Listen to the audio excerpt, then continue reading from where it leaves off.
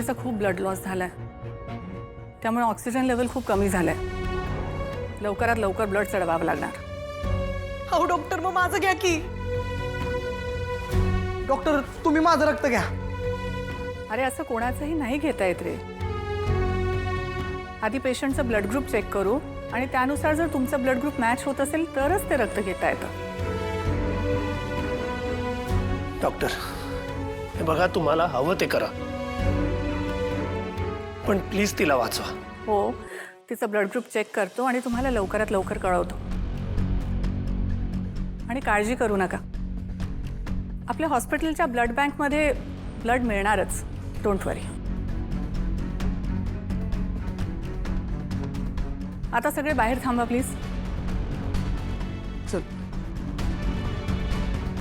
Nurse, तिचं blood sample collect करा आणि लवकरात लवकर ब्लड ग्रुप चेक करण्यासाठी पाठवा. येस मॅम, करते.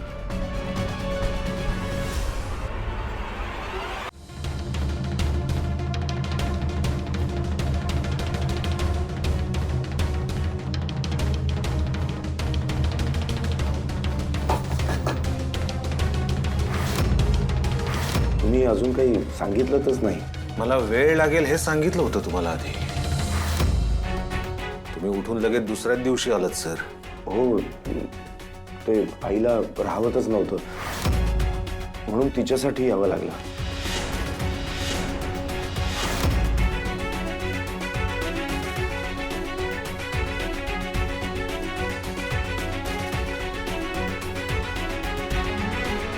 हा माणूस असा विचित्र का वागतोय आणि आमचं स्केच त्याने काढलंय की नाही हे सांगायला तो इतका वेळ का घेतोय?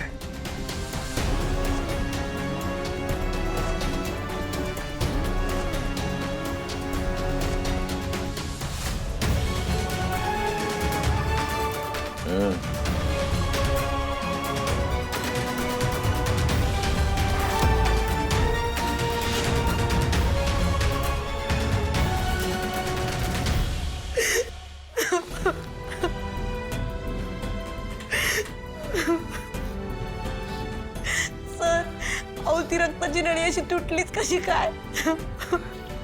No idea. मला तरी वाटायला कोणीतरी मुद्दाम केलं हे सगळं. कोणीतरी मुद्दामच केला असणार आहे. मी जेव्हा बघितलं ना तेव्हा ती नळी कुणीतरी कापल्यासारखी दिसत होती.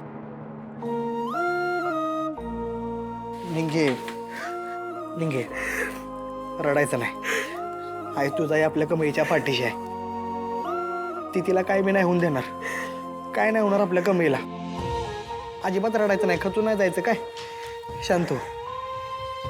बंड्या, अरे सरू काकीला ना आबासनी कळवायला पाहिजे.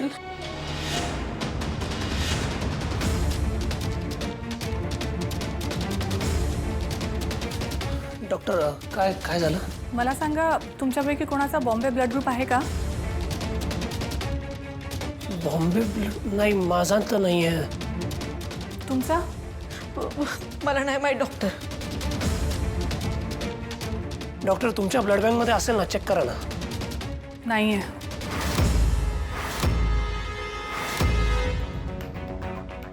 It's a rare blood group. आता मी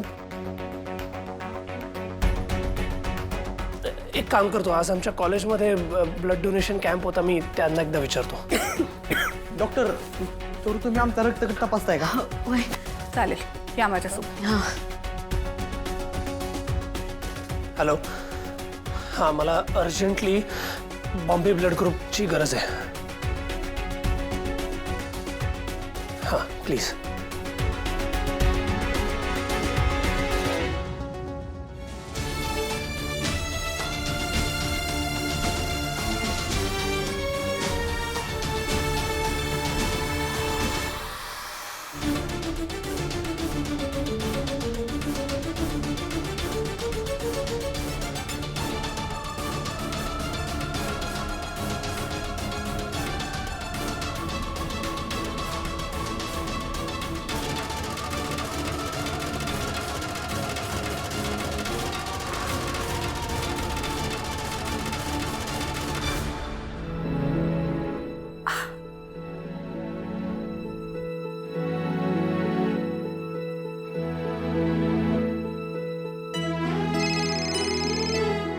आईचा फोन.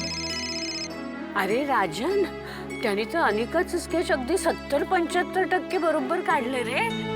म्हणजे याचा अर्थ तुझा आणि गौरीचा फोटो त्यांना दिला तर मग माझ्या मोठ्या नातीचा चेहराही ते अगदी हुबेहूब काढतील. म्हणजे तिच्या चेहऱ्याशी एवढा मिळता जुळता तर नक्कीच काढतील ना. हो आई, मी आत्ताच त्याला आमचे फोटो नेऊन देतो आणि त्याला सांगतो की लवकरात लवकर स्केच काढ बाबा.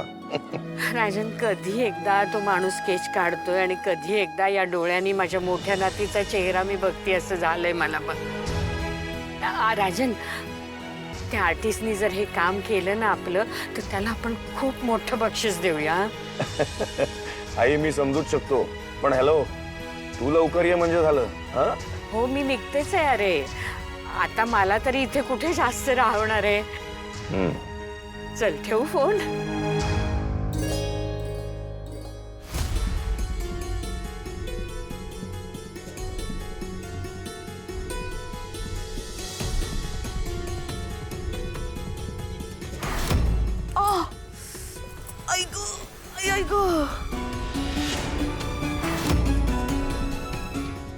आज अचानक ठेच कस काय लागली? अरे देवा, ह्यो तर अपशकूनच म्हणायचा. माझी कमी ठीक असेल ना? काय मंगळ तर घडणार नाही ना? शकून अपशकून असलं काहीच नसतं. सगळं मनाचा खेळ असतात. असला विचार मनात आला तर झटकून टाकायचं. वय, माझी कमळे बी असं काहीतरी बोललं नका, अशी चिडायची माझ्यावर.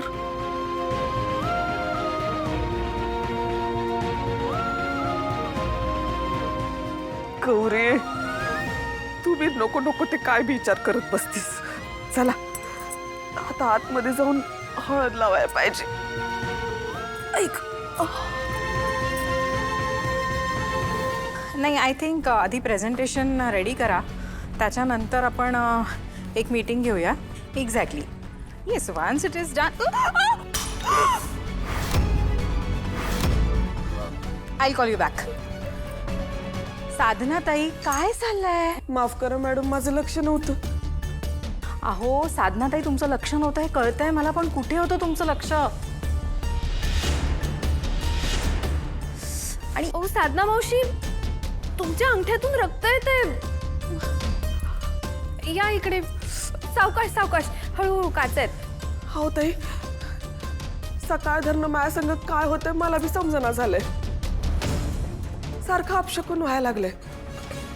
मग आधी ठेस काय लागली, आता हे काहीतरी संकट येणारे असं वाटायला लागलंय.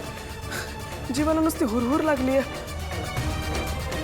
काहीतरी वंगाळ होणार आहे असंच वाटतंय मला. मग धरणं नाही नाही, मी मंदिरात जायला पाहिजे. मी मंदिरात जायला पाहिजे. अहो साधना ताई, लागलंय तुम्हाला.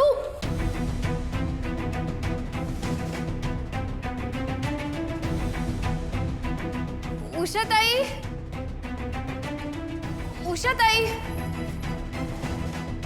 खरंच असं काही असेल का? काहीतरी वाईट होणार आहे असं का म्हणाली ती?